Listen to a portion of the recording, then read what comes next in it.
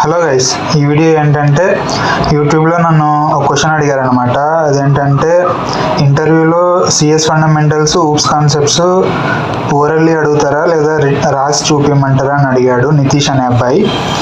అలాగే నేనైతే నా వీడియోలో నేను పైథాన్ అండ్ జావా రెండు మెన్షన్ చేశాను కదా, అది కూడా అడిగాడు. నార్మల్గా ఇంటర్వ్యూస్లో అయితే oops concepts CS fundamentals maximum orally అడుగుతారు.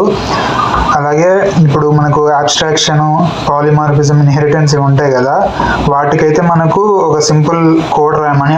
కోడ్ అంటే మరీ కష్టంగా ఏమి ఉండదు అనమాట, సింపుల్ అనమాట. ఫర్ ఎగ్జాంపుల్ ఇన్హెరిటెన్స్ తీసుకున్నారనుకోండి, ఇప్పుడు class A extends class B.